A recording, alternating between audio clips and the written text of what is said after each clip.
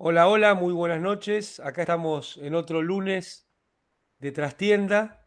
Hoy con el equipo incompleto, pero realmente incompleto, porque nos faltan ni más ni menos que el alma mater, el hombre que, bueno, le da vida y color a este programa, el profe Raúl Zaffaroni, que está haciendo un recorrido por México. Pero bueno, el resto estamos el equipo completo de pandemia. Está el gallego, está Jacobo, está Fernando, está Agustín.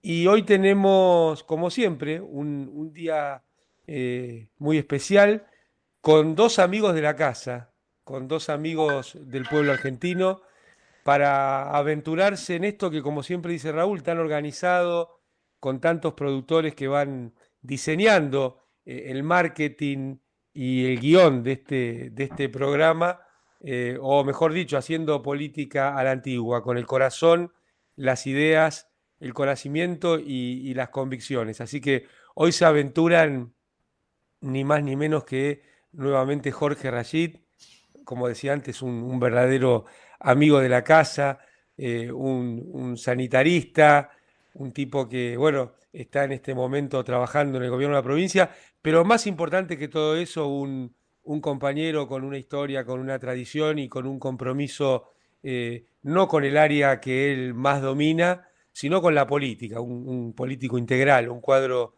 integral, así que estamos muy felices, Jorge, de que estés. Gracias. Y también Ariel Basteiro. Bueno, ahora está de embajador, pero en realidad lo importante es que es un dirigente sindical, un hombre de la política, un hombre comprometido, ex diputado, otro valiente por estar aquí compartiendo esta noche. Así que esperamos que las y los oyentes la pasen muy bien, no por nosotros, por los integrantes permanentes de Trastienda, sino por quienes nos van a acompañar hoy, nos han acompañado en otros programas y nos acompañen en futuros programas también. Y bueno, lamentamos mucho que no esté Raúl, así que vamos a tratar colectivamente de suplirlo.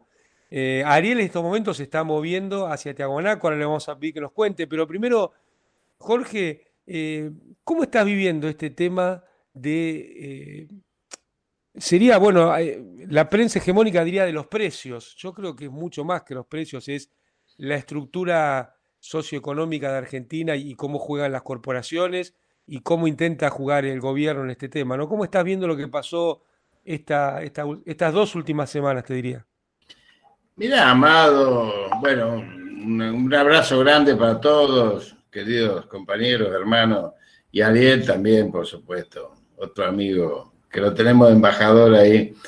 Yo lo que estoy viendo es que se va profundizando en una lucha por los modelos. Esto es un modelo de concentración de la cadena alimenticia de los productores de alimentos en la Argentina, que no solamente compromete por los precios la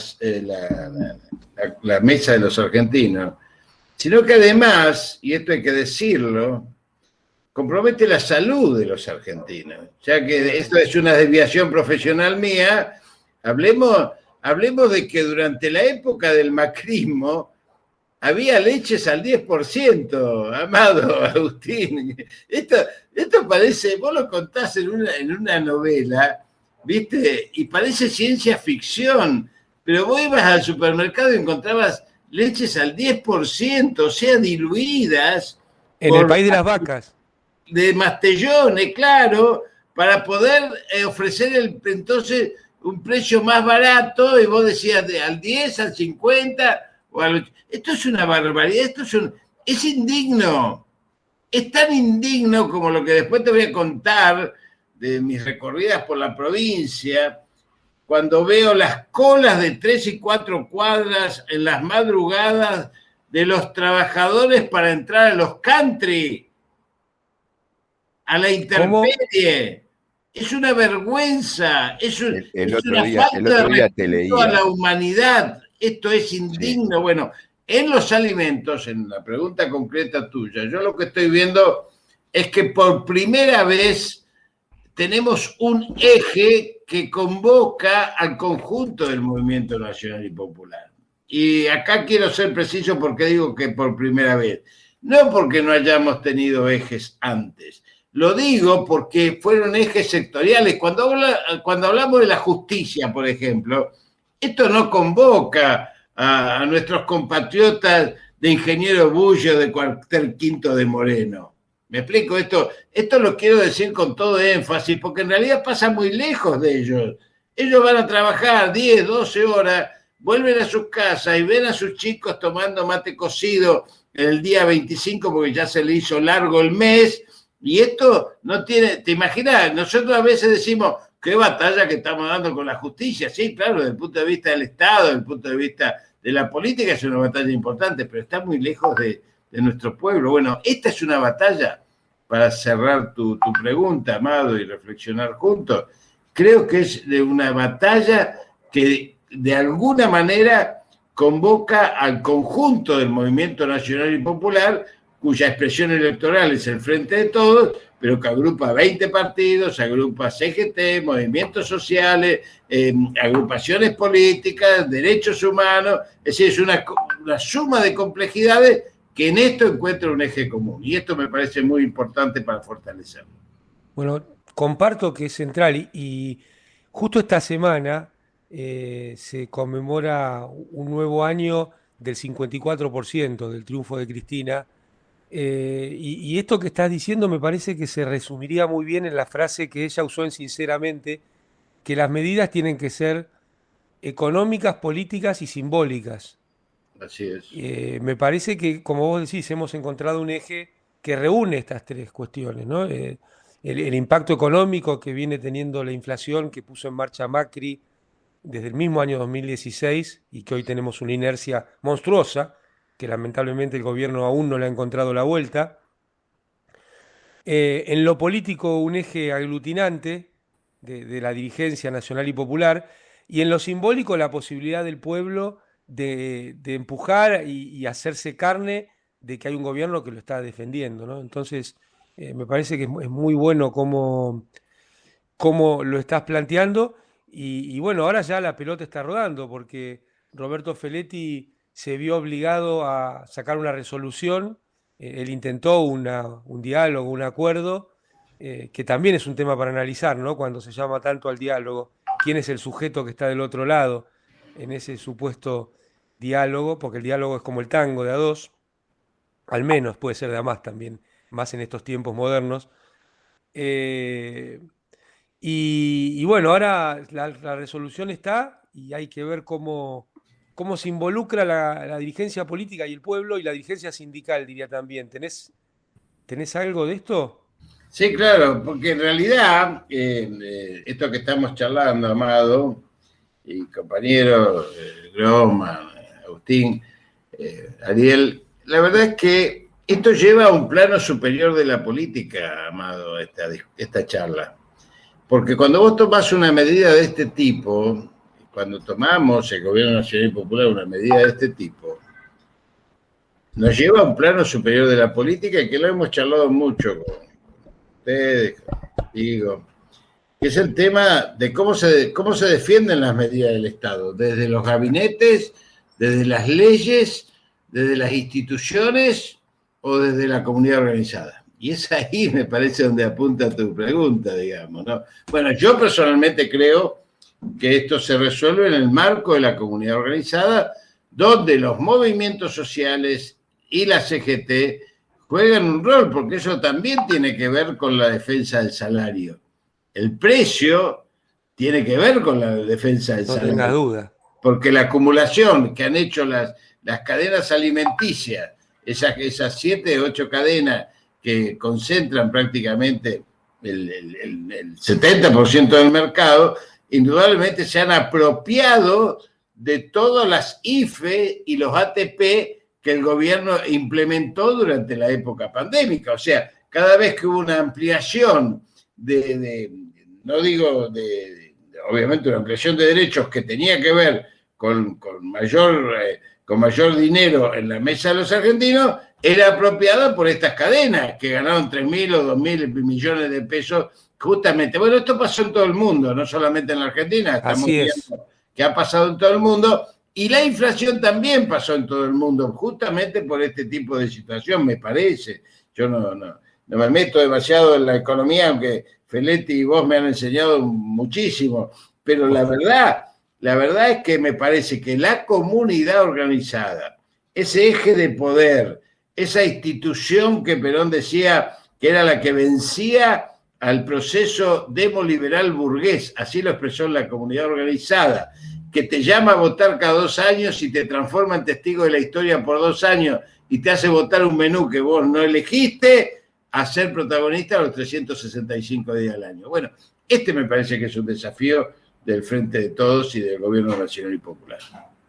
Vos sabés una cosa, Jorge, que en el programa, los últimos programas, estuvimos analizando, te das cuenta, la derrota de septiembre, la motivación de la gente para no ir a votar, y estuvimos planteando algunas cosas que faltaban. Faltaba épica peronista, esencialmente. Entonces, evidentemente, planteamos que la política es conflicto, no es diálogo. ¿Se entiende? La política es conflicto y confrontación. Y en cuanto confrontas, sale, te das cuenta, esa épica. Empieza a surgir esa época. Si eso le sumamos las movilizaciones del 17 y del 18, vemos que el pueblo está maduro para salir a confrontar, para salir a defender sus derechos. Tiene unas ganas impresionantes de hacerlo. Entonces es el momento, creo, ¿no? Feletti puede encabezar una cosa muy, pero muy interesante. Qué bueno esto que decís, porque claro, yo no coincido para nada con ese análisis que hacen que la sociedad se derechizó. Para nada. Jamás, Amado, jamás. No hay derechización de ninguna índole. No sacaron un voto más de los votos que sacaron históricamente. Acá lo que hay, claro, es un poco de angustia y bueno, y desazón con lo que ha venido sucediendo en el marco de la pandemia. Pero bueno, son temas apasionantes que vamos a seguir en el próximo bloque. Si me permitís, Jorge, ya lo estamos metiendo a Ariel Basteiro desde Sí, Bolivia. claro. Lo veo ahí muy movidito, así que contanos, Ariel, ¿en dónde andás? Ahora saliendo de la ciudad de La Paz al altiplano por un camino que a veces se corta un poquito la transmisión, que se llama el Rulo, o sea, como su nombre bien lo indica, muy serpenteante, y de ahí a Tiahuanaco, donde en verdad a Huaki, que es una zona cercana a Tiahuanaco, que es un centro arqueológico de los más importantes de América Latina, de donde teóricamente los bolivianos plantean que proviene la cultura inca. Los tiahuanacos son anteriores a los incas, de ahí son los padres de los incas. Y hoy hicimos relación hace algún tiempo con la alcaldía de Huaki, recuerdan ustedes, supongo que todos lo saben, allí hubo una batalla fundamental en lo que fue la lucha de la independencia, que el ejército auxiliar del norte fue derrotado, pero de haberse ganado esa batalla seguramente hubiese no sido necesario las campañas de San Martín, todo hubiese sido con menos derramamiento de sangre y más rápido la independencia de otros países. Ahí enamoramos también o involucramos a la comunidad de Huaki, y hoy hay una actividad que está ligada a la batalla de Huaki, al ejército auxiliar del norte, y hoy es un día donde se considera o se conmemora o se festeja el Campañac, el camino del Inca, el camino vial que hicieron los incas que une a 7 países de Latinoamérica. Son más de 30.000 kilómetros de caminos en todo nuestro continente. Y hoy, bueno, hay una actividad ligada a esa, donde van a estar los representantes de los países que integran el Campañán. Argentina es uno de ellos, así que vamos ahí con la bandera y con un grupo de compañeros que van a acompañar esta actividad, caminar un par de kilómetros por esos caminos que tienen miles de años. Así Amado, ¿me dejás decirle un par de cosas, un par de preguntas? Pero por favor, yo Amado. me Ariel. emocionaba mucho lo que decía Ariel. Sí, para claro. la emoción. Primero porque no todos bajamos de los barcos. Seguro. Tenemos una cultura para poner en valor y para resignificar. Segundo, pan-sudamericanismo que existía ya en la época de los incas o anterior, según nos relata Ariel, ¿no? Y tercero, esta posibilidad de festejar argentinos, bolivianos y otras otras nacionalidades juntos, ni más ni menos que en Bolivia. Dale, Jorge, nomás. Sí, no, te quería preguntar, Ariel, si conociste Misque ahí en Bolivia. Sí, Misque es Cochabamba, es un poblado. ¿Sabés que lo muy curioso que ¿Sabés quién nació en Misque? De Misque llegó delegados al Congreso Quintana, ni más ni menos. Que allá por 1816. Que de la calle que termina en la Recoleta. Era boliviano. Bueno, sí. Sí, volveré, seré Quintana. Muchas de las calles Salguero eran los delegados del Alto Perú en el Congreso de la Independencia. Y lo curioso de mí es que en 1816 tenía unos 5.000 habitantes y hoy tiene 5.000 habitantes. Es un poblado que se ve que en aquel momento era importante porque sería un paso de camino y posteriormente quedó, no digo olvidado, pero no creció mucho más de lo que era hace 100 y pico de años, 200 años. Ariel, te complemento el dato. Sí. En 1770 tenía 12.000 habitantes y se calcula que en el 1600, 1680 tenía más de 25.000. Todo el proceso de minas, de Potosí, claro, y de Mitazgo, que terminó por destruir la zona, sumado a las reformas borbónicas que rompieron no solo el camino del Inca, sino el que copiaron los españoles, que fue el camino real, que era una copia del camino del Inca. Sí, es así. Aquí hay, bueno, hubo delegados de La Paz incluso en ese Congreso de la Independencia. Quería preguntarle a nuestro embajador Ariel Basteiro, he escuchado a nuestro representante en la OEA, Carlos Raimundi, manifestar que había una reunión en el ámbito de la OEA para dar cuenta de aquel informe que hizo el Almagro en función de la situación de fraude que derivó en golpe de Estado. Y que no se hicieron presentes ni Almagro ni miembros de esa comisión que redactaron el informe. Si quería preguntarte, Ariel, si tenías conocimiento de esto. Sí, esto fue el jueves. Fue el jueves organizado por Bolivia, por Héctor Arce, quien es el representante de Bolivia en la OEA, y auspiciado por Argentina y México, que fueron los dos países que acompañaron la convocatoria. Allí fueron varios representantes. Voy a hacer un punto aparte, porque les quiero comentar, no es un dato menor, aunque sea esto desprolijo. Estoy pasando en este momento por enfrente de la escuela Eva Perón, aquí en el Alto. Una escuela que fue financiada por el peronismo posterior a la muerte de Evita. Al año de la muerte de Evita se levantó una escuela muy populosa, muy grande, muy bonita. Así que estaba justo pasando, porque está el cartel aparte en la puerta, digamos, hay un banner muy grande con la figura de Eva. Volviendo al tema que me preguntaba Jorge, sí, fue un informe donde obviamente estuvieron presentes los diferentes técnicos de diferentes universidades y de los institutos que habían estado en el control del conteo rápido que se había hecho en la elección de octubre del 19, que vaya la pena aclarar que los motivos que provocaron lo que la oposición dijo que era fraude porque no se llegaba con votos específicos, nunca fueron con el conteo de las actas, siempre fue con un conteo rápido, una especie de encuesta o de mapeo de urnas o de mesas específicas en todo el país, pero no más de 100 mesas, y con eso se saca un resultado tentativo. O sea que aquello que denunciaron que había sido un fraude nunca fue con el conteo de las actas, sino que fue con ese conteo rápido que había hecho una consultora norteamericana, ella. De todos modos, esa consultora había dado el triunfo de Evo.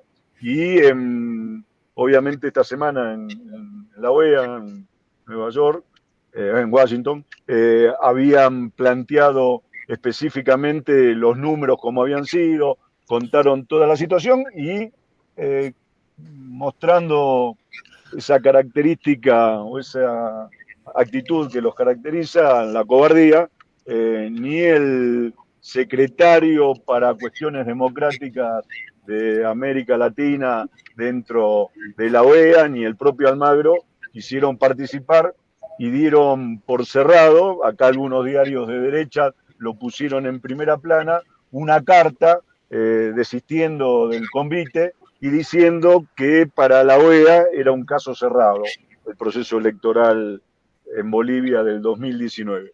Lo cómico o lo curioso que al otro día el Congreso de los Estados Unidos en una sesión votó por seguir investigar o analizar qué es lo que pasó en Bolivia en el 2019. O sea que ni el propio mandante le cree a Almagro con respecto a lo que pasó en Bolivia, digamos, ¿no? El propio mandante sería el Congreso de los Estados Unidos, quien sigue planteando en sus sesiones que hay que mirar o hay que analizar y repudiar lo que pasó en Bolivia en aquel octubre, noviembre del 19. Realmente impresionante, ¿no? Y sigue, como que bajó un poco de la discusión pública el rol de Macri, de tu anterior embajador, en todo este entramado, ¿no? Sí, esto es porque, bueno, casi normalmente o casi lógicamente, con respecto al tema del contrabando de armamento, ¿no? De municiones, está recontra demostrado que ese material ingresó, que apareció en la policía gran parte de él, que yo tengo la percepción que en poco tiempo se va a conocer que también aparecerá en algún depósito de la Fuerza Aérea el material que recibió la Fuerza Aérea, que fue lo que provocó una carta que fue lo que nos permitió tirar del ovillo, la punta del ovillo, para después desenmascarar todo este operativo que se hizo entre la dictadura de Áñez y el gobierno de Macri, entre el gobierno y muchas de las instituciones que en ese momento también estuvieron involucradas en la misma acción.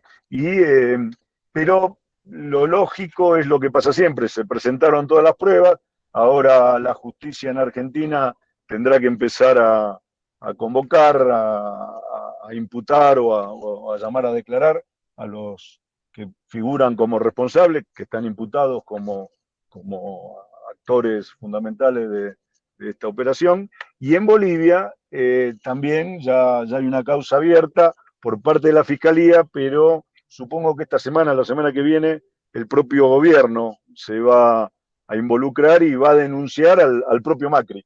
Recuerden ustedes que en la intervención que Lucho Arce, en la última asamblea de la ONU, con nombre y apellido, culpó a Macri de haber estado involucrado en el envío de armas a la dictadura de Áñez. Pocas veces, digamos, un presidente se anima a culpar así de manera abierta. En ese ámbito, ¿no? En ese ámbito, y eso es pura, sola y exclusivamente porque hay pruebas que de sobra para poder decirlo, digamos. Bueno, ya han quedado planteados los ejes. La verdad que vamos a tener un programa interesantísimo. Así que nos preparamos para tomar un mate a distancia, aún por Zoom. Ya lo veo a Jorge con su mate ahí dando vuelta. Y hacemos un corte para seguir adelante. Dale. Bueno, acá comenzamos con el segundo bloque de Trastienda. Hoy realmente una noche imperdible con Ariel Basteiro desde Bolivia y con el compañero Rachid. Una pregunta para Ariel, si puede ser. Ariel, sí. Hubo hubo noticias acerca de la investigación de un intento de magnicidio con Arce, apenas fue electo, digamos, presidente, que involucraba a sicarios que habían tenido que ver con la muerte del presidente de Haití. ¿Qué pasó en Bolivia con ese tema? Sí, sabés que cuando se comienza a investigar y cuando nosotros hacemos las denuncias del contrabando de armas o el tráfico de armas aquí en Bolivia, para esa época, hace 4 meses atrás, se conocieron audios donde en aquel momento se lo denunciaba a Juan López, que era el ministro de Defensa de Áñez, y que fue el que, a mi entender, hizo toda la negociación con las autoridades argentinas para que le enviaran las municiones con el embajador de Macri, con Normando Álvarez García. López, al otro día de la llegada de armamento, justo coincide la mente, porque no es usual ni normal. López estuvo en ese festejo. No es normal y habitual que el ministro vaya a un festejo de esa característica. Eso demuestra, creo, a mi entender, en parte, el nivel de acuerdo que existía entre la embajada y el gobierno argentino y el gobierno de Áñez. López, hace 4 o 5 meses atrás, se conocieron audios donde estaba en una negociación para traer 3.000 mercenarios, lo empujaban a que enviaran aviones para transportar desde Panamá mercenarios latinoamericanos de diferentes nacionalidades para imposibilitar la asunción de Lucho Arce. Estaba el audio, se conocían lo que se decían unos y otros, y eso había salido denunciado como una muestra del intento de el final de la dictadura de Áñez para no permitir la normalización democrática y la asunción de Arce. Lo que después se conoció, después de la muerte del presidente haitiano, lo que se supo es que esas personas con las que hablaba López en esa grabación que se había traslucido en algunos medios y en los diarios bolivianos, eran los mismos que quedaron involucrados en la muerte del presidente haitiano. Y a partir de ahí se profundizó la investigación y se demostró que en esos días Lucho asume en noviembre, el 10 de noviembre, asume el mandato. Aquí estuvo Alberto Fernández, bueno, estuve yo también como invitado, y vinieron una delegación de Argentina, vinieron delegaciones de varios países de Latinoamérica, fundamentalmente, y se comprobó, se demostró investigando que todos estos personajes que estuvieron involucrados en el magnicidio en Haití estuvieron esos días aquí en Bolivia, que habían entrado 3 o 4 días antes. El plan era 2 o 3 días antes, en el final de la campaña, cargárselo, hacer un atentado para que le costara la vida a Luis Arce, y de esa manera que no se pudieran hacer un traspaso democrático del mando y a partir de ahí volver a foja cero. Esto se denunció abiertamente por parte del ministro de Gobierno, que es una especie de ministro del Interior argentino. En estos días, esta semana, al principio de la semana pasada, se denunció en todos los medios, con pruebas, con elementos, reconociendo y teniendo testigos que dan cuenta del armamento que habían traído estos tipos de manera ilegal, y que habían comprado incluso en algún mercado negro aquí de Bolivia, como pasa en muchos otros lados.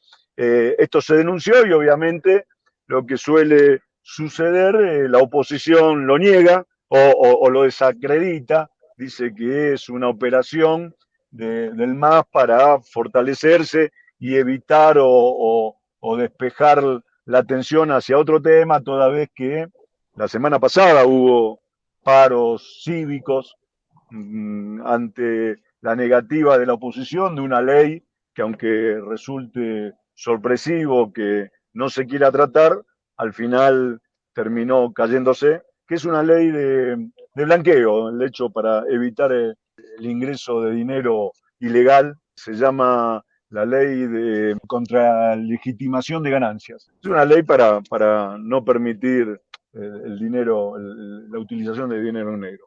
Y que sí está apuntado a los grandes millonarios bolivianos que suelen evadir y mucho, y que la oposición tuvo la inteligencia o la habilidad de hacerle creer al feriante del Alto, o al pequeño comerciante, o al plomero o al albañil que trabaja en negro, que a partir de esta ley le iban a cobrar impuestos. Entonces hubo todo un debate muy fuerte, y entonces dicen que el gobierno denunció esta situación por este motivo. Todo da a entender que incluso el propio involucrado, un colombiano, es el jefe de toda esa mafia, un colombiano, dos colombianos y un venezolano. Todos ellos ya atestiguaron que sí, que habían sido contratados para buscar generar desestabilización en Bolivia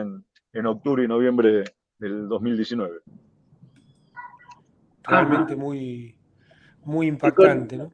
Y con respecto al tema del golpe de Estado, ¿es verosímil o es un estado de ánimo? No, es verosímil. Mirá, el golpe de Estado de noviembre del 2019 empezó más o menos de la misma forma de lo que sucedió la semana pasada acá en Bolivia. El Comité Cívico de Santa Cruz, a la cabeza en aquel momento de Camacho, de Fernando Camacho, el actual gobernador de Santa Cruz, o sea, el tipo que fue la figura más clara del golpe en el año 2019, hoy es el gobernador del departamento más grande y más importante de lo económico de Bolivia, y en Santa Cruz la semana pasada, el lunes pasado, hubo un paro cívico, hubo una convocatoria a oponerse a una serie de políticas, a pedir la liberación de Áñez y de los militares que están presos por haber estado involucrados en el golpe de Estado, toda una serie de cuestiones.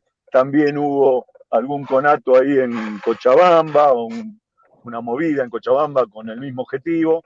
El paro realizado tuvo algún acatamiento en Santa Cruz, no en el resto del país.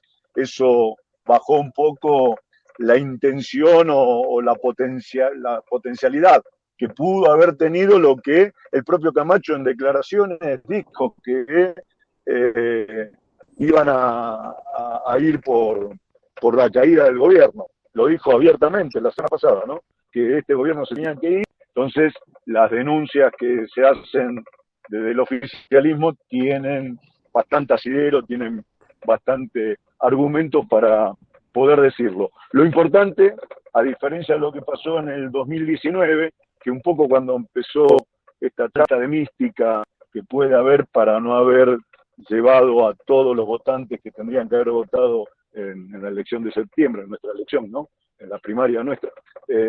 Aquí en el 2019 lo que sucedió también fue quizás un poco de eso, como un relajamiento del partido gobernante, de los movimientos sociales, que terminó costando el gobierno. A diferencia de lo que pasó en el 2019, donde las 4 organizaciones más importantes que componen el eje y el centro del MAS, del partido gobernante, el Pacto Social, que es la COP, que son los campesinos, que es la Bartolina Sisa, que es la organización de mujeres indígenas y la Confederación Indígena.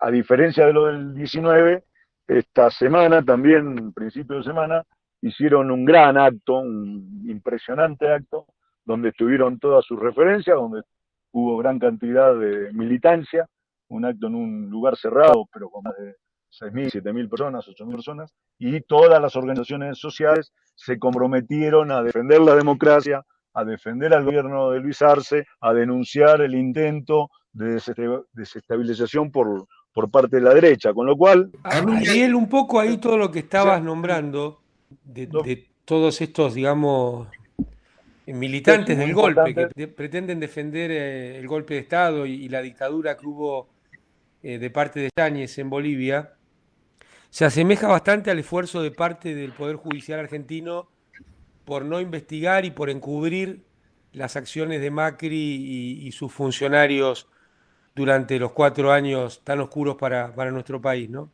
Ahora, hay otro punto que me parece que es una contracara.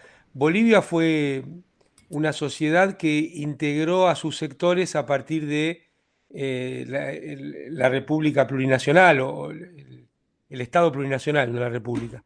La contracara aquí en Argentina de eso me parece que se está dando en este esquema neofeudal que son los famosos countries. Y me parece que Jorge tenía algo para contarnos de eso, porque es un fenómeno mucho más profundo y que esconde mucha más división de lo que aparente vemos en una cuestión inmobiliaria, donde podrían verse todas cosas bonitas, ¿no? Jorge, ¿qué está pasando en este mundo? Voy a retomar un poco lo de Ariel, porque lo que está pasando en Bolivia, Ariel, y yo creo que lo que está pasando con la destitución de dos ministros en Perú, con el eje mapuche acá en la Argentina, implementado y agitado por la Embajada de Estados Unidos y Patricia Bullrich, que se acaban de reunir, justamente cuando en Chile la Convención Constituyente está conducida por una mapuche que está doctorada, es una doctorando en Europa, en varias universidades europeas, pero que es una mapuche situada, es decir, sigue estando situada,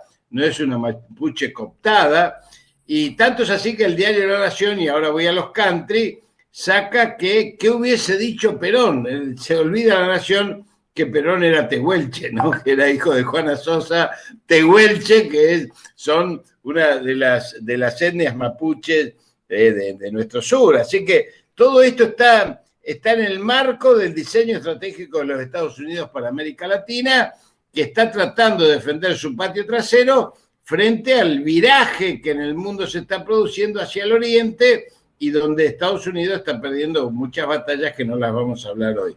Pero esto tiene que ver con la mentalidad country que vos decías, Amado, porque la mentalidad country no es solamente una mentalidad de seguridad, no solamente es no es solamente una mentalidad, una cultura exclusivamente social, sino que la mentalidad country es una mentalidad cultural alimentada por 5 décadas de neoliberalismo en la Argentina, que ha permitido reestructurar una sociedad en desiguales, porque el country viene a ser el castillo feudal de la época de la época medieval. Eso es lo que te decía, claro. Y los esclavos de la gleba, ¿viste? Están haciendo colas de 4 cuadras, como yo te contaba, a la intemperie, donde después tienen que hacer colas de 4 cuadras para salir porque le revisan los bolsos y le revisan las pertenencias en una cuestión de indignidad y de sometimiento y de esclavitud que hace recordar mucho aquellas frases de construcción económica, cuando alguien viene y te dice yo te doy trabajo.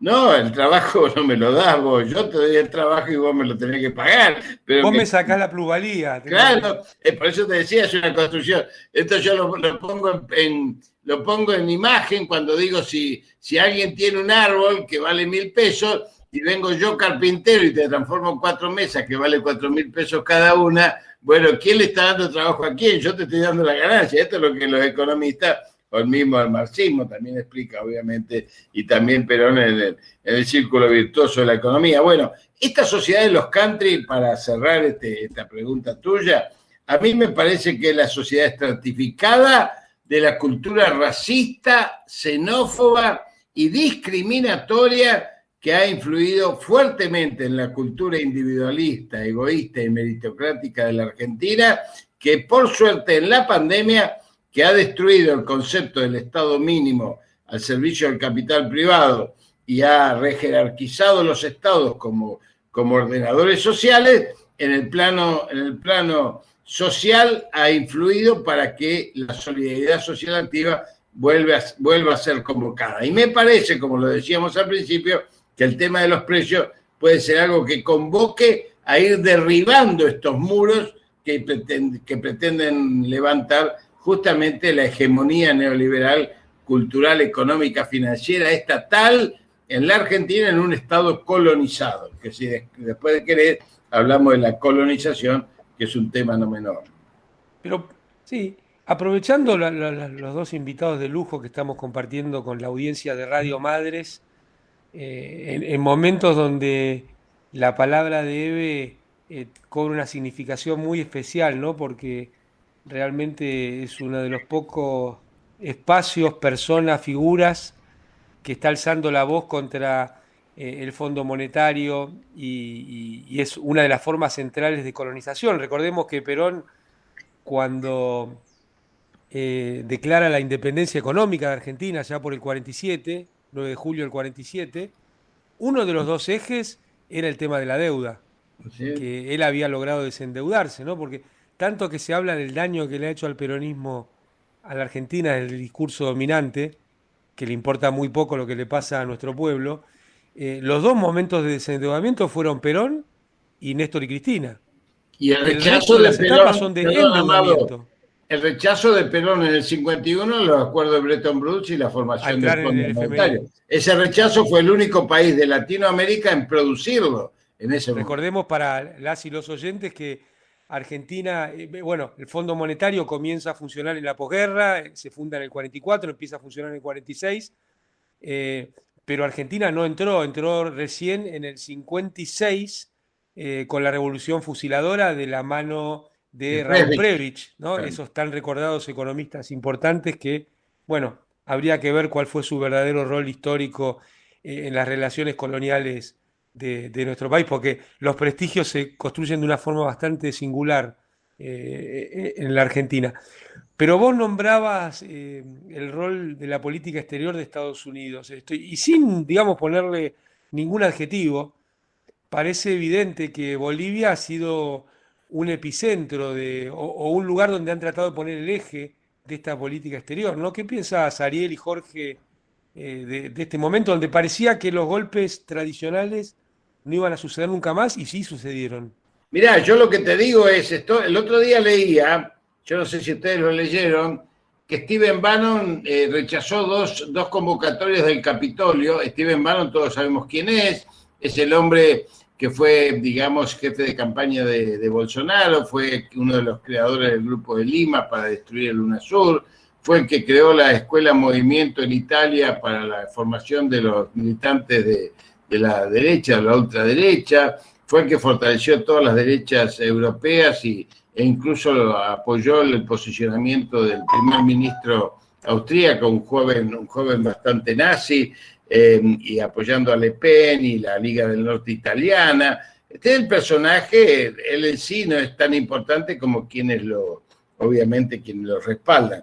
Bueno, este personaje, cuando se le acabaron las armas del lawfare y se le acabaron las armas de los medios hegemónicos en la región y no tuvo más remedio que apelar al desplazamiento de Evo, lo hizo por las armas, como la última instancia, en la cual nunca quieren dar la cara. Pero cuando viene el Comando Sur de los Estados Unidos, el general a cargo del Comando Sur, y le dice a nuestro país y a todos los países de Latinoamérica que la invasión de vacunas chinas y rusas es un peligro para la seguridad nacional de Estados Unidos, le están diciendo algo. Y es ahí donde uno tiene que pensar eso que decía Perón, que la política internacional es la verdadera política y todo el resto es cabotaje pueblerino, ¿no?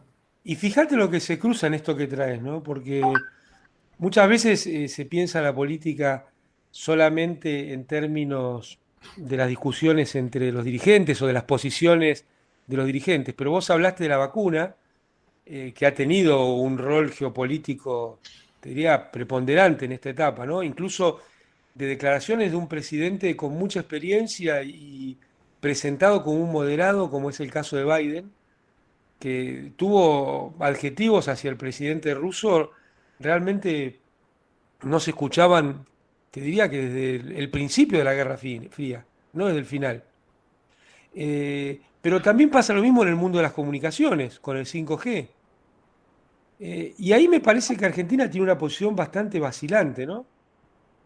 En realidad no sé si tiene una posición vacilante, porque nosotros, vos sabés que tenemos 2 satélites orbitando, los ARSAT, y tenemos uno para enviar, que es el SEACOM 1, pero también está el SEACOM 2, y tenemos en desarrollo el vector tronador. Y a mí me parece que esto es importante decirlo a la audiencia, cuando nos dicen que, por eso la colonización, ¿no? Cuando nos dicen que somos un país subdesarrollado. Ah, claro. Nosotros tenemos 2 satélites, podemos tener 2 satélites más. Si mañana corta Google, digamos, esto que estamos haciendo hoy, tardaríamos un año, pero tendríamos nuestra propia nube, como obviamente la están construyendo los países que pretenden ser soberanos en las comunicaciones. Pero además tenemos radares triple D, además exportamos centrales nucleares, además tenemos el ciclo de uranio enriquecido completo. Además, la medicina nuclear. Claro, tenemos vacunas y medicamentos de última generación gracias al impulso desde Carrillo con el Lemesta, la empresa de medicamentos estatales del año 46. Así que imagínate que cuando nos dicen subdesarrollados, como decía Néstor Kirchner, nos están bajando el precio. Nos están bajando el precio porque en realidad la colonización lo que intenta es borrar la identidad y la memoria. Y me parece que esto, en los billetes que tenemos todos en los bolsillos, o que podemos tener en los bolsillos, realmente han tratado de borrar la memoria desde ese lugar, pero también como el mitrismo de apropiarse de la memoria más fuerte del país a partir de la fortificación de los vencedores de Caseros y a partir de después de los vencedores del 55. Bueno, esta es la lucha política, cultural que tenemos que dar al futuro. Fíjate vos que vamos de lo macro a lo micro, pero vamos a lo histórico y a lo futuro, porque si no resignificamos la historia, no podemos construir el futuro. Esto nos está faltando parte de la historia argentina y latinoamericana para construir la patria grande que soñamos, biocéntrica. Y esto de no poder ver lo importante que han sido los desarrollos tecnológicos, pero también políticos de la Argentina, porque el peronismo es parte de esas cuestiones, ¿no? Por eso, Ariel, a mí me encanta que siempre ha hecho un gran esfuerzo esta es su segunda incursión allá en Bolivia como embajador, ¿no? Es importante que quienes posean la experiencia, el conocimiento puedan ocupar estos lugares.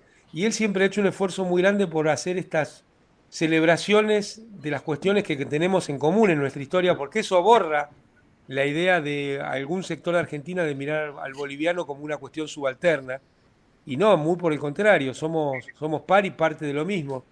Y ahora está yendo hacia algo que tiene que ver con esto, Ariel, ¿no es cierto? Porque pensar en una carretera plurinacional en los años 1700, 1600, de nuestra era, que dicho sea otra parte, se contarían de otra forma por esas propias civilizaciones, ¿no?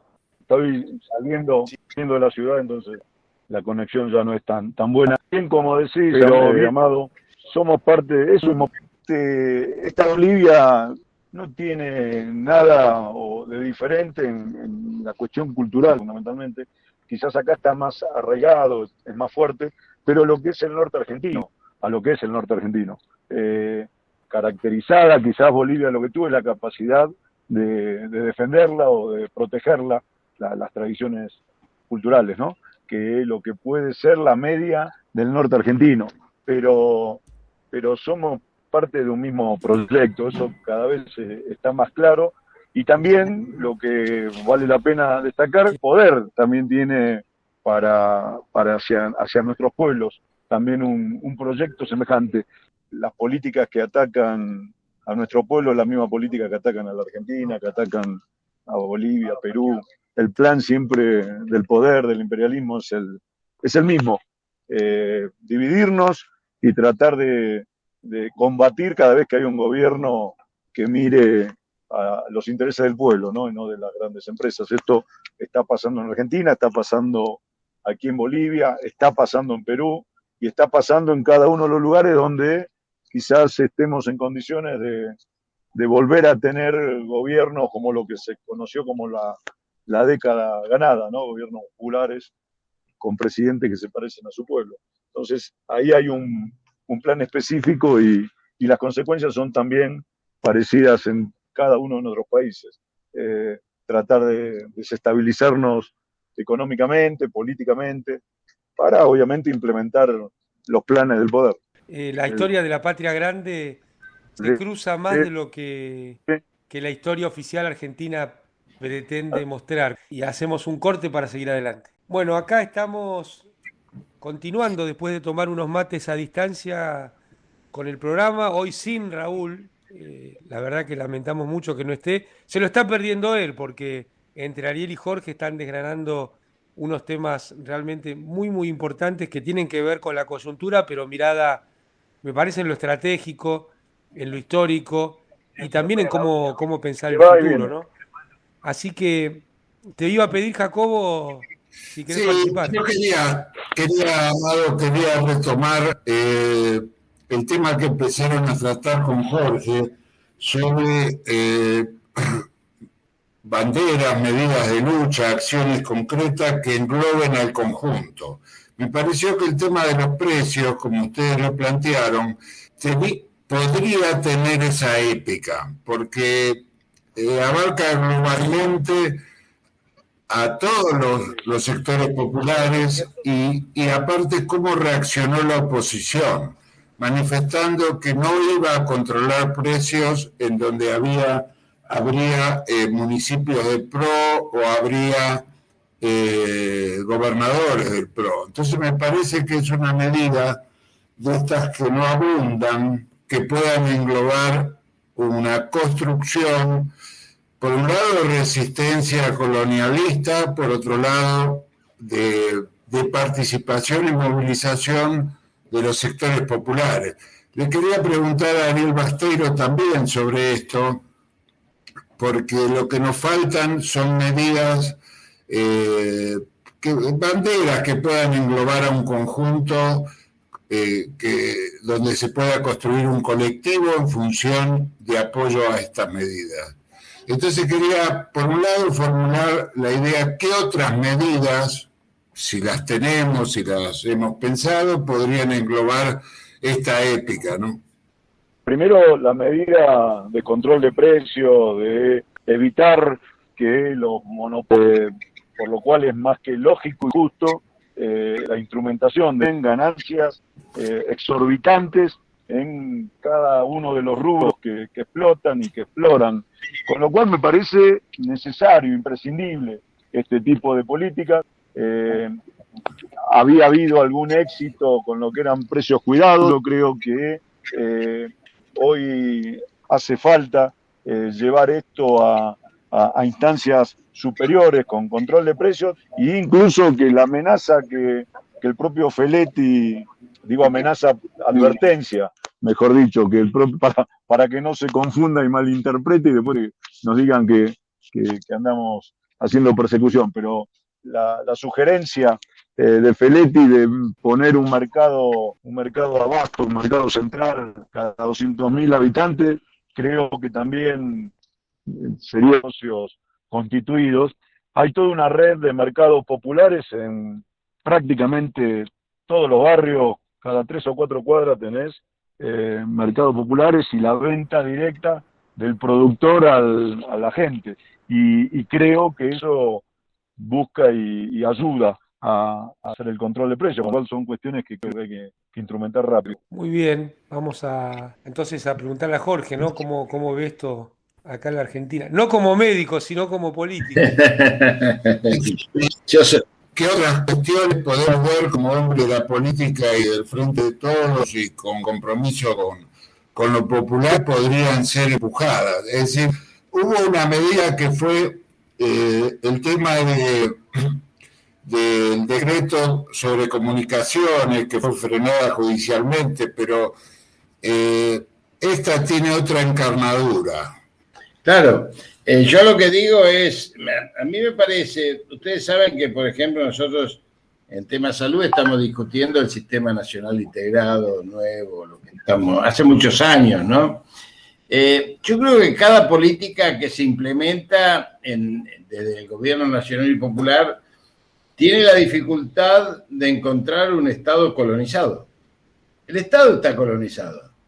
Entonces, cuando vos tuviste la incapacidad de una resolución senatorial de volver 2 jueces a sus curiles naturales, y cuando tuviste la incapacidad material de instrumentar un DNU para salvar vidas, que fue criminalmente bloqueado por la Corte Suprema de Justicia de la Nación, 4 miembros que no iban a trabajar por el virus, como dije la otra vez, y mandaron 16 millones de personas con el espacio público de la mano de Larreta y Schiaretti, decir, ¿dónde está el Estado? Porque si este Estado no te deja hacer, es un Estado colonizado. Mira, yo creo que las leyes no cambian la realidad.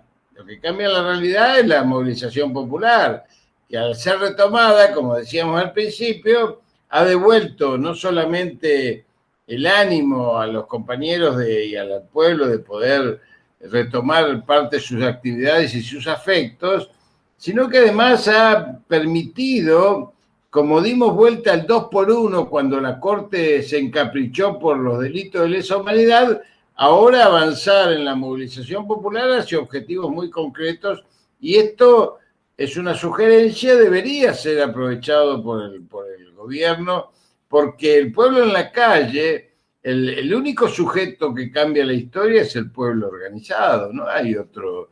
Los dirigentes todos pasamos, nos morimos, pero la verdad es que el pueblo, el movimiento nacional, esa conciencia que la colonización quiere borrar de la identidad y la memoria, que el peronismo la sintetizó, pero que no es del peronismo, esto viene de prácticamente los pueblos originarios, vienen en ese sincretismo de subjetividades de los pueblos originarios, los negros, los ambos, los criollos, los mestizos, los inmigrantes de todos los lares, porque es una construcción de identidad en pleno desarrollo, la latinoamericana, que como bien decía Ariel, ha sido balcanizada por los imperios anglosajones. Vos le decías a Vallejo en el siglo XIX en México que era mexicano y te sacaba volando, te decía yo no soy mexicano, yo soy latinoamericano.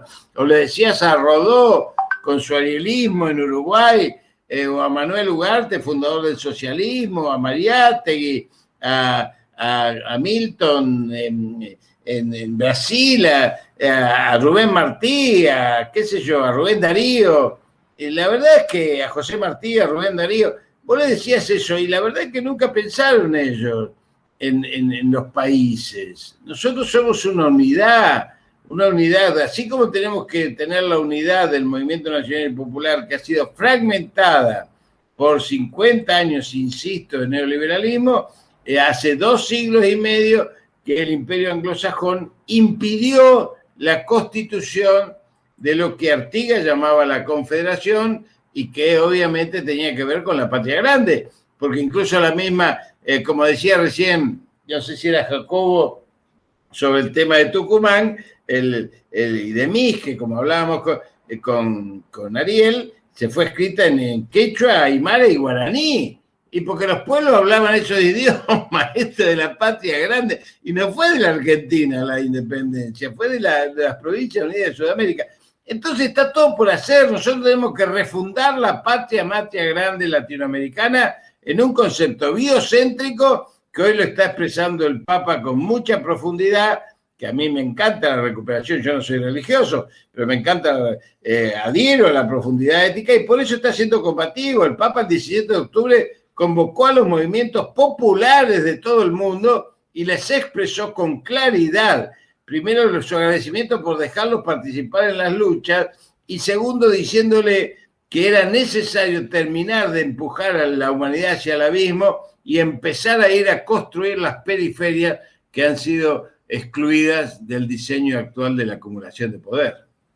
Ahora, ahí uno podría pensar, cualquier simplificación, digamos, es incompleta, ¿no? Hay como 3 momentos. Uno fue el momento originario con San Martín, Bolívar y tantos fundadores del intento de Patria Grande.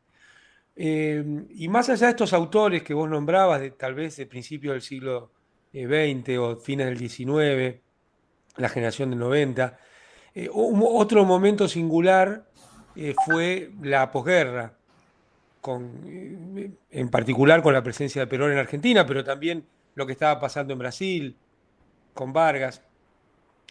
Y podríamos decir que hay un tercer momento político, que es el principio de este siglo.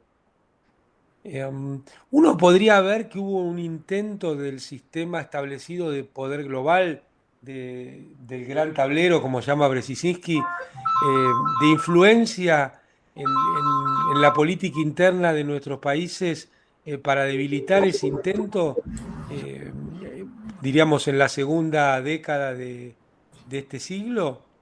Obviamente, mirá, a partir del 2005, cuando tres locos como Chávez, Lula y Néstor refundan prácticamente la patria grande a través del UNASUR, en soledad, con una determinación política que hace temblar, digamos, al ALCA de Bush, que incluso en Mar del Plata. Esto demuestra que el mismo momento que se producía eso, el imperio ya empezaba a diseñar con su reposicionamiento. Esto es lo que hay que entender, digamos. Esto es como, yo les voy a decir una anécdota muy graciosa, miren, ¿viste? Para distender un poco el programa. Garrincha, ¿te acordás del jugador de fútbol Garrincha? Sí. Garrincha era borracho y analfabeto. No entrenaba nunca, era un crack el tipo. Un día en la selección, cuando estaban por jugar la final con Alemania, adelante de todos el director técnico le dice: mirá, Garrincha, vos venís por la línea, cuando llegás al área pegás la diagonal, Pelé viene del otro lado, Turinho, te hacen el pase y vas al gol. Sí. Ajá, ¿entendiste, Garrincha? Para comprometerlo al tipo. Entonces dice: yo solo tengo una pregunta, le dijo Garrincha. ¿Cuál es? ¿Los otros 11 dónde están? Claro, porque, entonces siempre están los otros 11, siempre está el enemigo ahí. Por eso bien decíamos al principio que la política es confrontación. Si no se miden fuerzas, si no se está claro, si no se tiene un claro posicionamiento estratégico desde el punto de vista de la planificación estratégica hacia dónde vamos, nosotros necesitamos recuperar la Argentina bicontinental de Perón en el marco de la patria grande. Hoy está, hasta los turcos Turquía plantea poner bases en la Antártida, y por eso se queda en la OTAN, porque tiene la apoyatura de 4 de las colonias inglesas: Diego García, Santa Elena, Ascensión y Malvinas y Sandwich del Sur, preservando los pasos interoceánicos y la explotación de Antártida. Bueno, todo esto, si nosotros no lo incorporamos al análisis, a mí me preocupa mucho, y es lo que trato yo de volcar como experiencia a los compañeros más jóvenes, de decirle: hagan un temario, empiecen por la política internacional, después por la política nacional, y después entren en los problemas domésticos, que es entrar porque si entran en los problemas domésticos por la cerradura en los análisis, siempre te quedás, como vos decís, Amado, incompleto en esa visión. Por eso digo, lo de Néstor y Cristina, y lo de Lula, lo de Evo, después, la verdad que fue una época maravillosa, pero la reacción, los otros 11, como decían Garrincha, iban a venir también a hacer el gol. Así que, de alguna manera, vino una reacción muy fuerte, muy dolorosa, y me parece que esto hay que ponerlo en el tablero de la discusión comunitaria. El pueblo tiene que estar discutiendo. Es decir, en el trabajo territorial no podemos discutir los concejales, tenemos que discutir hacia dónde vamos. Y esto me parece que es la discusión. ¿Y con la unidad no pasa lo mismo, Jorge? Bueno, a mí me parece que la unidad en el peronismo se da de arriba hacia abajo. Hay muchos más compañeros preocupados por mirar si esto yo siempre lo pongo en términos de guerra, que es un poco la construcción de pensamiento, digamos, del peronismo en la batalla, ¿no?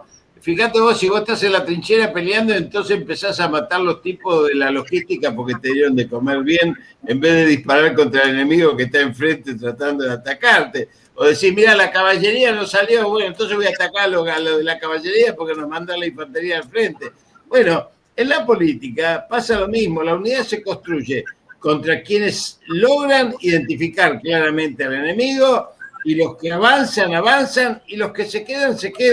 Pero no podemos perder tiempo en estar buscando a los que se quedan, porque eso nos impide forjar músculo, tener masa crítica para dar la batalla contra un enemigo que viene por el golpe destituyente. Esto hay que decirlo con todas las letras, porque si no estamos equivocando los planos. Esto no es una elección, Estamos frente a un diseño de golpe destituyente en la Argentina que está con el ataque al dólar, el ataque a los precios, y si les va bien en la elección va a ser de una manera, y si les va mal en la elección va a ser de otra manera, pero va a ser el mismo diseño estratégico que ya está planteado. Amado, interesante. ¿Te parece que vamos al último bloque, Agustino, o estamos bien? Amado, quería preguntarte ¿qué otras medidas vos podés sugerir o has pensado en tu trayectoria como vicepresidente, como ministro de Economía, has visto que pueden englobar esta épica colectiva? Lo dejamos para el último, Amado. Muy bien, muchas gracias, Jorge, por este cierre que nos hiciste y pasamos al último bloque, así que vamos a tomar unos mates más. Dale. Muy bien, empezamos el último bloque de Trastienda.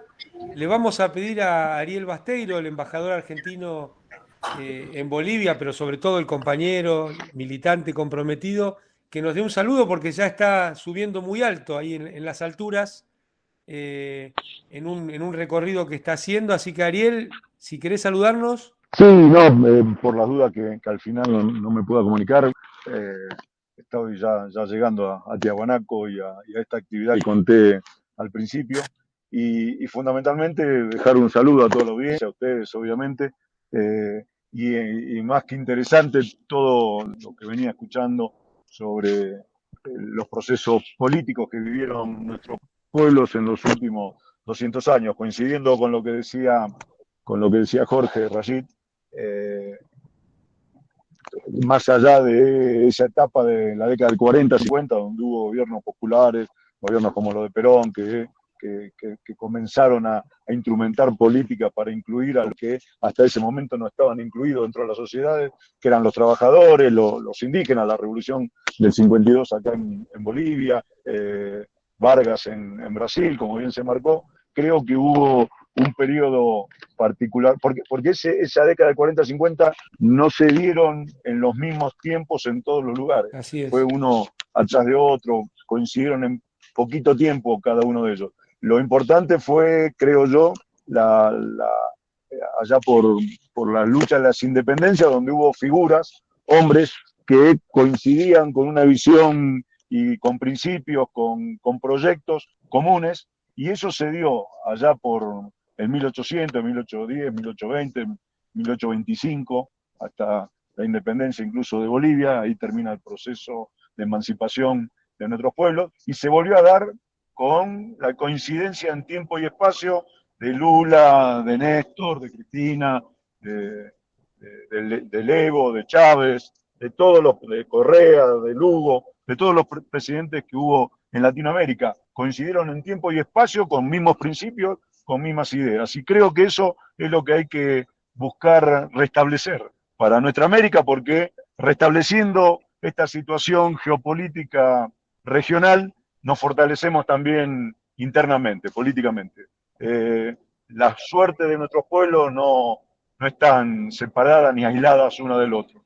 Estamos interconectados en todo. Si hay democracia en Bolivia y hay un gobierno popular en Bolivia, es mucho más sencillo poder sostener la democracia y gobiernos populares en Argentina, y si lo tenemos en Argentina, puede ser que Brasil también lleve a eso, y que si Brasil, que es el país más importante, logra también ese objetivo, influye sobre Uruguay, sobre Venezuela, sobre todo estamos interconectados. Por eso que es fundamental seguir dando la pelea en este plano regional, al margen de la pelea que tenemos que hacer fronteras adentro. Muy bien. Bueno, un abrazo muy fuerte, Ariel. Gracias. Abrazo fuerte y gracias por siempre dejar tan bien parada a la Argentina en todo, sobre todo adentro de las argentinas y argentinos, pero ahí en Bolivia, que ya tenés un recorrido largo, ¿eh? No, gracias a ustedes, y ojalá que ahora, post pandemia, podamos empezar hagamos un programa desde acá, desde Bolivia, desde la embajada. Invito a poder abrirla. Ojalá. Fuerte abrazo. Fuerte abrazo. Jacobo, vos querías plantear. Nos vemos, suerte. Sí, yo quería plantearte a vos en particular qué medidas ves en función de tu experiencia como vicepresidente, como ministro de Economía, ves que que podrían embarcar esta construcción colectiva necesaria de apoyo al gobierno por un lado y de protagonismo de la movilización popular. Yo creo que la cuestión de precios, como decía hace un rato Jorge, y como venimos diciendo en el programa, no es un hecho aislado, que uno puede decir, bueno, hacemos esto con los precios. Yo creo que forma parte de una estrategia socioeconómica, una estrategia política. No puede pensarse la economía como una cuestión técnica por fuera del rumbo político. Eso al menos es mi visión en este tema. Entonces, yo creo que es muy importante que todas las políticas que buscan acometer rasgos puntuales del proceso socioeconómico estén enmarcadas en una estrategia. Y creo que la estrategia que más posibilidades da de avanzar son las estrategias de crecimiento con crecimiento a la vez del empleo, de los puestos de trabajo. Porque en el crecimiento se relajan las tensiones. En una economía que se achica se exacerban las tensiones, se exacerba la puja distributiva y esto lleva a que los conflictos y las contradicciones y los antagonismos que son inherentes a las sociedades ocupen el primer plano. Entonces me parece que cualquier cuestión vinculada a los precios debe marcarse en un sentido de crecimiento con creación de puestos de trabajo. No alcanza con que sea crecimiento solo. Y acá me parece que el rol del Estado no ha estado a la altura desde el punto de vista del Ministerio de Economía, en los temas de subejecución, en los temas fiscales, en no impulsar un shock distributivo. Ahí ves una economía que se estanca, que lleva 4 años de estancamiento, culpa de Macri, y bueno, si no le das una salida veloz a eso, los conflictos que ya de por sí existen en cualquier etapa, existían en el 2001, en el 2003, en el 2007, en el 2011, en el 2015 y existen hoy. Ahora, es diferente la tarea de alguien tan importante como Roberto Feletti en un marco de crecimiento y creación de puestos de trabajo que en un marco de estancamiento. Por eso yo digo, no le querramos poner toda la mochila a Roberto, porque esto no es una cuestión meramente técnica, es una cuestión centralmente política, es una cuestión de disputa por lo que se genera en la Argentina, y te diría además que es una cuestión de disputa por salir de la colonialidad en la cual está sumergida con mayor o menor grado Argentina desde su propia creación. Ahora, esto por un lado. Por el otro lado, creo que hay que acometer tareas estratégicas. Y acá la pregunta que creo que se está eludiendo o evitando es, ¿cuál es el sujeto histórico? Y me atrevo a compartir con ustedes, a pensar en voz alta juntos, ¿no? El sujeto histórico del trabajador y la trabajadora tal cual lo conocemos tiende a difuminarse, porque han cambiado las tecnologías, han cambiado las metodologías de organización empresaria, hay un ataque tremendo sobre los derechos de los trabajadores y las trabajadoras, que lo estamos viendo aún hoy, en desempleo, con salarios paupérrimos, estamos viendo que hay un ataque a los derechos de los trabajadores, como si esto pudiera algo que ver. O veamos el contraejemplo, con estos mismos derechos, con Néstor y Cristina crecieron más de 5 millones los puestos de trabajo formales. Entonces esto es una mentira. Se propone como sujeto histórico, entre comillas, al pobre, a reemplazar al trabajador y la trabajadora. Bueno, yo no estoy de acuerdo en tanto y en cuanto el peronismo es la movilidad social ascendente. Entonces yo propongo que empecemos a tratar de pensar a lo demográfico como el sujeto histórico, que creo que es algo que estaba en algún sentido en la doctrina del primer peronismo, y creo que es algo que estuvo muy fuertemente, en forma consciente o inconsciente, en la etapa de Néstor y Cristina, con la obra pública federal, con las jubilaciones en cada rincón de la patria. Y creo que esto tiene que ver con los precios, porque creo que la producción local a escala más pequeña puede ser una salida para el daño que está haciendo la concentración económica al sistema productivo, pero sobre todo al salario real en el mundo y en la República Argentina. Veamos que el fenómeno del salario real cayendo y sobre todo la masa salarial como parte de los ingresos del conjunto de las poblaciones viene cayendo no solo en Argentina, sino no estaría este fenómeno del 1% más rico teniendo tanto y las grandes mayorías no teniendo nada. Yo creo que hay que hacer un viraje a lo local en términos productivos y en términos también de modificación de algún tipo de actividades, yendo a la actividad cooperativa, yendo a la organización cooperativa. Me parece que ahí esto también va a tener un impacto en los precios. No sé, Jorge, Agustín, Jacobo, Fernando y José Gallego, ¿qué opinan de este tema? Amado, quería preguntarte con el tema del no pago de la deuda, porque veo que hay definiciones en varios dirigentes, tipo Máximo Kirchner y demás, que avalan esta postura. ¿Cómo ves esto y qué efectos podría o qué resultados podría tener por parte del Fondo Monetario Internacional el tema del no pago de una deuda, que además se violaron una cantidad de cuestiones legales, formales, etcétera? Bueno, a mí me pone muy contento y a la vez triste que haya sido Eve la que hizo punta en Soledad, con una definición pública muy fuerte y muy concreta, ¿no? Y el orgullo de haber estado acompañándola en esto del no pago al Fondo Monetario. Perdóname, Amado, perdóname una cosita, no estuvo en Soledad, estabas vos al lado, en Soledad con vos, si querés. Digo, no, bueno, pero la figura de ella, digamos, tiene un tamaño realmente muy importante y me parece que a partir de ese planteo hay una revisión de cuál debe ser la estrategia, porque esto es lucha política y terminará como termine, pero uno no puede ir a negociar reculando en chancletas, o no puede ir al almacén con el manual del almacenero, ¿no? Menos cuando el almacén está en Washington.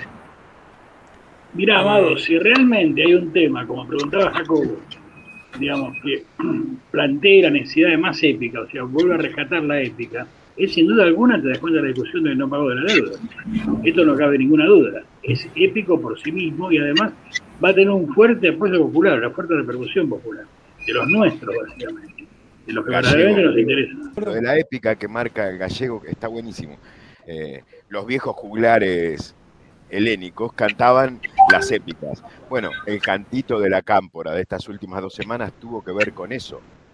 ¿Sí? Exactamente. Contó la épica del no pago de la deuda. Eso es crucial para entender por dónde podemos ir. Me pone muy contento porque tan importante como ganar una batalla es darla. Exactamente, no importa. No importa. Si no la das, ni siquiera la puedes empatar. No importa el resultado final. Lo que como importa el préstamo del fondo fue político, bueno, requiere una resolución política y acá es fundamental juntar masa crítica del campo nacional y popular. No sé, Jorge, vos qué pensás. Yo lo que quería comentarles, yo estoy participando del grupo con Ramos Padilla, juez padre, ¿no es cierto? Con una serie de compañeros, con Gerardo Ferreira. Yo a veces no puedo ir porque tengo mucha actividad en esta etapa electoral en provincia y en la docencia de allá que estoy haciendo. Pero la verdad es que me alegró mucho la posición y creo que va a ser una posición que de alguna manera sea mascarón de proa de Ramos Padilla, juez, de iniciar alguna acción judicial internacional sobre el tema del FMI. Del Fondo Monetario. Y en realidad, esa misma acción redactada, que se está redactando, que ha concitado el apoyo de muchos sectores, puede llegar a ser una expresión de millones de compatriotas argentinos que le den esa masa crítica, ese respaldo que hablábamos antes, Amado, que vos acabas de mencionar, porque, insisto, a mí me parece que las pulseadas que se dan en el marco de la superestructura política, si no tienen anclaje en el pueblo, son pulseadas destinadas exclusivamente a ser parte de una confrontación donde el eje, justamente por los medios hegemónicos, lo sigue marcando la agenda del enemigo, ¿no? Totalmente de acuerdo. Totalmente de acuerdo. No sé, compañero. Agustín, estuviste callado y estabas muy en la técnica, ¿no? Sí, hoy con la grabación desde Bolivia tuve que estar más en eso. No, sí, yo coincido con lo que dice Jorge, pero quería retomar el tema de control de precios. Cuidado con que no se transforme en un arma de doble filo. No es que quiera ser pesimista y dejar el pesimismo para el final, pero sí, si dejamos al pueblo solo cuidando los precios, deja de ser la comunidad organizada para ser la comunidad desorganizada. Cuidado porque también estamos cansados. Digo, si el pueblo se encuentra solo siendo el único gil que controla los precios y el Estado se ausenta acompañando esta medida que tomó el Estado, puede ser un efecto boomerang interesante. O sea, la comunidad tiene que estar organizada, el Estado tiene que estar presente, el Estado tiene que acompañar esto y ni siquiera puede ser Roberto solo.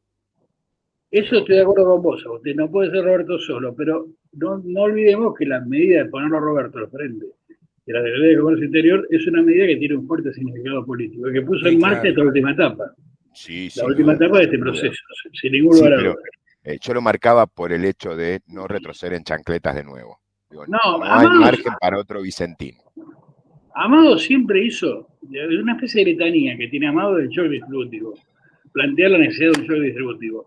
Realmente la clave del primer gobierno de Néstor y del nivel de consenso que alcanzó ese gobierno, no nos olvidemos que al final del gobierno Néstor enfrentaba la posibilidad de una reelección con más del 60% de los votos sobre el 60% de los votos. Era lo que le decía la mayoría, y él toma la decisión política sabia de ponerla a Cristina, digamos, de no ser el Pato Rengo el 11 de diciembre de 2017, ¿correcto? Pero ese shock distributivo, ¿qué se dio durante el gobierno de Kirchner? Se dio eso, empezó el crecimiento desde el punto de vista de creación de empleo, desde el punto de vista de redistribución de ingresos, desde el punto de vista de todos los síntomas de crecimiento. Y eso fue épico, realmente. Eso generó el fuertísimo apoyo que recibió el gobierno de Néstor.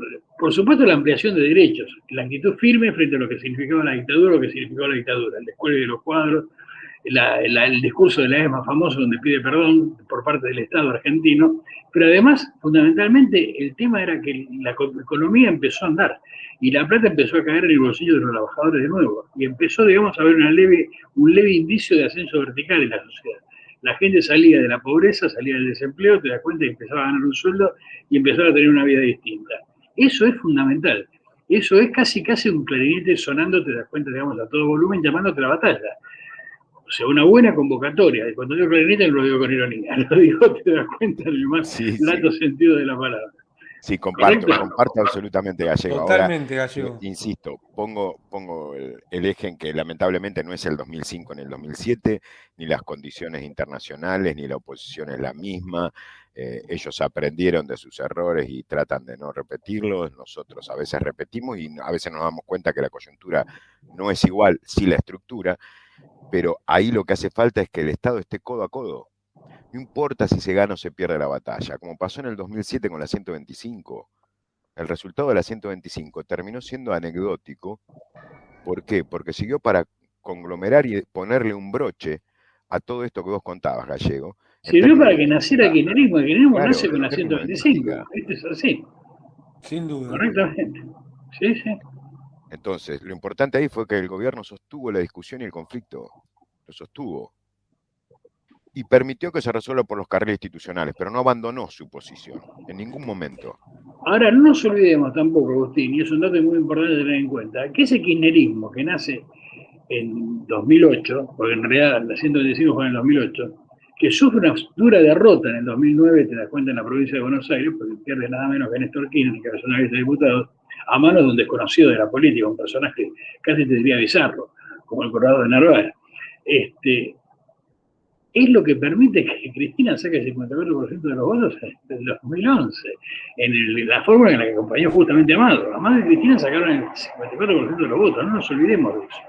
Sí, Gallego, vos introduciste una expresión clave en la política estadounidense que acá la aplicamos, que es la del lame duck o el pato rengo. Hay que querer ser un Pato Rengo para hacerlo. El Pato Rengo no es solamente el presidente sin poder en los últimos 2 años de gobierno. Es el presidente que no se atreve a caminar porque está Rengo. Exactamente. Porque le quedan 2 años. Bueno, el tema de recuperar la iniciativa política pasa por ahí. Alberto corre el riesgo de ser un Pato Rengo, como lo fue Macri, ¿sí? Luego de las PASO, si no tiene iniciativa política y si no acompaña y sostiene sus propias iniciativas. Pero está bueno esto que decías, Agustín, está bueno este contrapunto con el gallego, porque me parece que ahí hay una síntesis. Sin el pueblo no se puede modificar la correlación de fuerzas, pero el Estado tiene que asumir su rol. No puede mandar como carne de cañón al pueblo. Sí. El Estado tiene que dar las señales, Amado, y la señal del Estado en este caso... Pero no son las señales, Gallego. Yo me pregunto, si hay desabastecimiento en las próximas semanas, ¿qué actitud va a tomar el gobierno? Y tiene que ponerse más duro. No le podemos pedir al pueblo que vaya a los supermercados a bloquearlos. No, tiene que ponerse más duro el gobierno. O solamente no le podemos pedir. Tiene que aplicar la ley de abastecimiento, tiene que ponerse más duro, sin ningún lugar a duda. Yo creo que hay que construir toda esa cuestión, pero por ejemplo les cuento una experiencia que viví el viernes en la noche en Rosario, en un supermercado chino. Una mujer decidió comprar otros productos que los productos que estaban expuestos por las cadenas. Por ejemplo, cosas de la Serenísima, compraba la Paulina o compraba... Esas alternativas son movilizantes, porque hay participación de la gente que entiende el conflicto y que decide no comprar. Aparte de la diferencia concreta de precios que yo la vi, que es un producto de las compañías estas, Serenísima, etcétera, estaban 40%, 30% más caros que los productos de otros lácteos, ¿no? Incluso de empresas santafesinas como Lolay o la Paulina. Yo digo, encontrar esa sustancia, la posibilidad de la participación y la posibilidad de movilizarse en función de una consigna que larga el gobierno, donde los convoca a este tipo de, llamémosle, de boicot hacia las empresas que se resisten a tener este control de precios y además con la amenaza concreta del desabastecimiento, ¿no? A eso también le respondió Roberto cuando dijo, te das cuenta públicamente, que no jodan mucho porque les voy a abrir un mercado central cada 200.000 habitantes. Terrenos sobran, digamos, diciendo, hay donde construirlos. Y empezar a arrimar a la gente, la ventaja, te das cuenta de un mercado, digamos, abastecedor de precios a precios razonables.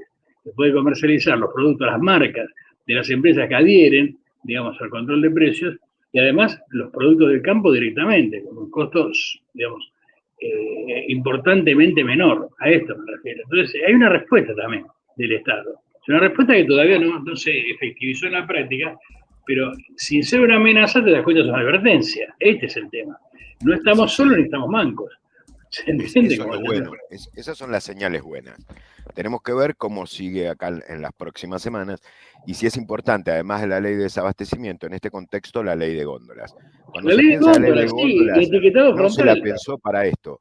No se la pensó para esto, pero en este caso pasa a ser crucial. ¿Por qué? Porque las grandes cadenas de supermercados ya están diciéndole a las marcas más chicas que se sumaron al acuerdo de precios o más grandes que o no les van a volver a comprar o les van a dar peores lugares en el supermercado, ¿sí? Entonces, bueno, la aplicación de la ley de góndolas góndolas va va a ser esto que señalás, porque es la construcción de una institucionalidad que tenga sentido popular y a veces requiere piezas que en principio no parecen centrales, pero terminan siéndolo.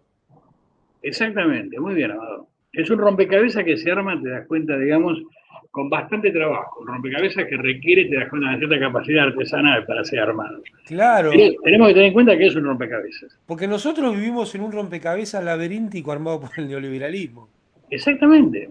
sin darnos cuenta. Para mí, no sé si vieron la serie esa, ahora todo el mundo habla de series, la del calamar, el juego del calamar. No, Bueno, tiene es muy una buena prensa, serie, pero todavía no la vi. un tema remanido de que ponen a jugar entre sí a personas que el que pierden lo matan. Entonces es como una lucha de la supervivencia por el más apto. A mí lo que es una serie coreana, con muy buena estética, bastante mala.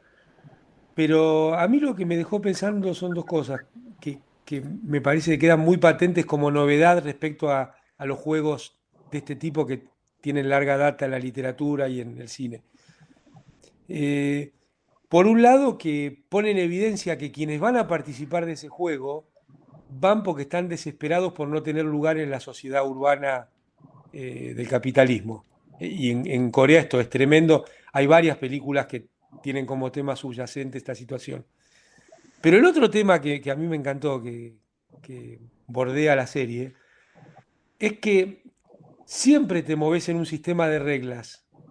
La supuesta libertad siempre se da en un sistema de reglas. Bueno, la pregunta es quién crea esas reglas, que no las hizo ni Dios ni la naturaleza. En el neoliberalismo la hizo el consenso de Washington. Entonces nos movemos en una supuesta libertad, pero que pone al capital por encima de cualquier cuestión de la vida de los seres humanos, ¿no? Esa es la colonización, Amado. Claro. Esa es la colonización, el poder hegemónico. Mira, los Aymara tienen una frase que a mí me conmueve y dice, en nuestra comunidad uno es todos, pero fuera de la comunidad uno es nadie. Y la colonización te hace eso, te hace naturalizar la sumisión. Y esto me parece que es un tema muy fuerte desde el punto de vista de la conformación del poder hegemónico. Es más, incluso cuando nosotros, digamos, esto daría para otro programa, pero nosotros aterrizamos en nuestras propias comunidades como extranjeros, Amado. Así es. Entonces, cuando aterrizamos como extranjeros, es como si aterrizase un dron, no somos parte de esa comunidad. Y me parece que escuchar y aprender es parte de la dinámica de la política que nos está faltando para poder justamente construir comunidad organizada. Porque, ¿cómo es la comunidad organizada? ¿Son los que aterrizan en las comunidades o son las propias comunidades que originan sus propios líderes? Esto es parte de la discusión, porque el otro es un otro como sujeto social, no es un otro como un objeto. Por eso cuando a mí me hablan de políticas de pobreza, yo digo, bueno, están ustedes usando las políticas de pobreza como las políticas de antidroga, ¿viste? La DEA y compañía. Entonces objetivamos a la pobreza como un núcleo en vez de tratarlo como cuestión que tiene que ver con una sociología, una antropología, una epistemología mucho más profunda que tiene que darnos respuesta si logramos penetrar y escucharnos y escucharlos de lo que nos tienen que plantear, porque de ahí vamos a aprender cuáles son los interrogantes y de que tenemos que vencer. Si no, siempre vamos como ajenos a imponer desde el poder, de algún poder científico, poder académico, poder institucional, poder político, conductas al otro, cuando en realidad el otro es quien tiene que darnos las prioridades de sus necesidades.